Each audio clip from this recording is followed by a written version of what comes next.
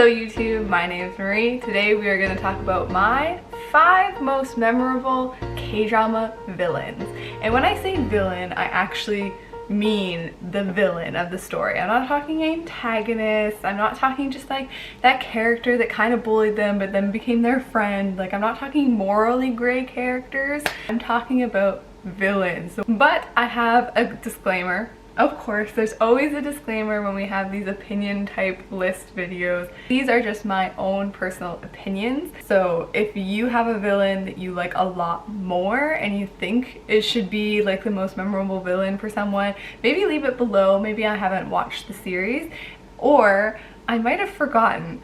Recognize I have a really awful memory when it comes to TV shows. Like when people comment on a really old video of mine, I'm like, gosh darn it, I have no idea what I said in that video. Usually I have to go back and rewatch the whole video before I comment back. So really, these are the most memorable villains for someone who's got a bad memory.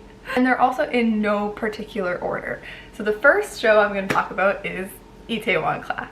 Itaewon Class is the underdog revenge story that follows our male lead, whose name is Park Se-ro, as he attempts to fulfill his late father's dream of running a successful pub or restaurant. I'm going to try not to gush too much about Itaewon Class, but I will say if you have not yet watched it, you really should. I highly recommend it. It's a 5-star show full of really dynamic, well-written, and complex characters. So there's a few that are morally gray, but we're not talking about those. We're talking about the villains. And within Itaewon Class, I would say there's 2 primary villains. The first one being Park Se-ro's rival since high school. This character archetype is one that you're probably really familiar with if you're a K-drama fan. This character is a rich, entitled, rude Chaebol kid, but what makes this character quite memorable is the actor who plays him, who does just a phenomenal job. But my true pick for favorite, most memorable villain from Itaewon Class is this character's father, who is the chairman of the Jungja group.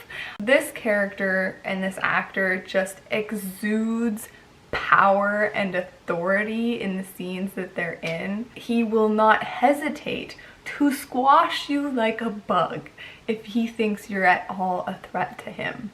Next, we are going to talk about the more recent Flower of Evil.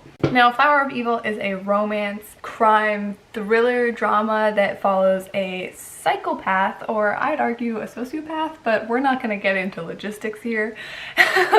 He follows a psychopath who is trying to hide his true identity and his past from his wife, who just so happens to be a cop. For the villain of Flower of Evil, I'm going to speak really vaguely because the villain character for Flower of Evil has so many spoilers associated with his character arc and the plot line around him.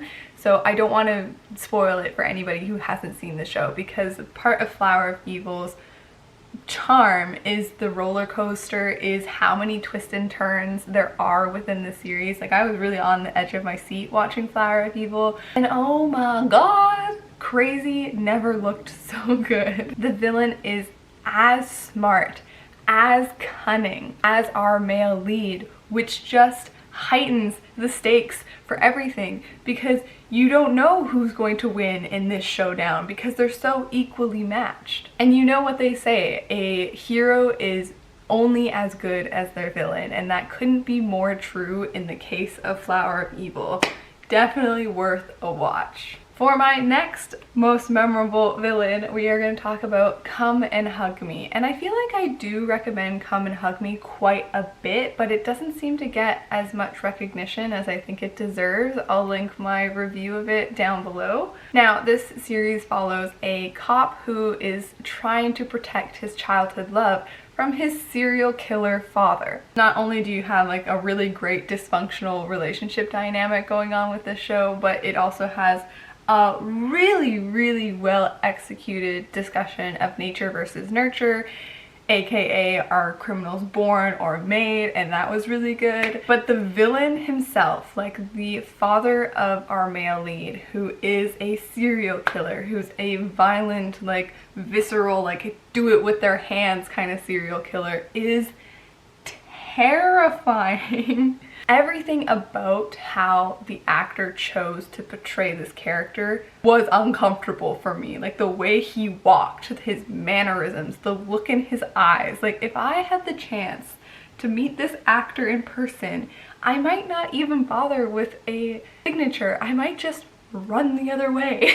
Next, we are going to talk about Master of the Mask. This is a historical drama that follows a misunderstood prince as he tries to fight against like a secret organization that is pulling all the strings behind the court. Now, the villain that I'm nominating is the leader of said secret organization.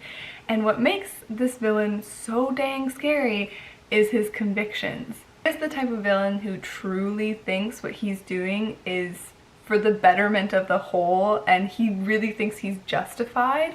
And he so happens to be the same actor who played the father in Come and Hug Me. So this guy is just really good at actualizing villains. This is one of those K-dramas that admittedly I have forgotten a lot of the details about. I know it was not a perfect show. I definitely had some problems with the female lead, but a few elements that have stuck with me are the development of our male lead. He definitely does some wonderful growth. He's not the same character at the end as he was in the beginning, which I always find really satisfying. And also the villain. Like, I can't remember much else about this series, but I remember those. And for my fifth pick, I'm going to talk about W. Some of you guys may know, if you've been on this channel for a while, I've had my problems with W. I think the writing is quite lacking. I think some of the plot lines could have been tightened up, could have been better executed. Even some character things I'm not a huge fan of. One thing that it really does have going for it is the villain. Now, W is about a doctor who falls into her father's manhwa or comic book, webtoon. Again, I'm still not sure what the correct term is for this story, but she falls into what essentially is her father's comic book, and there she can interact with the characters and the story and the world and stuff. And the overarching villain for W is the villain within that comic book, but the catch is he was not well written by her father. There's like holes in the villain's backstory. The villain's motivation is really unclear. He doesn't even have a face. Like, the author never even bothered to really flesh out this character.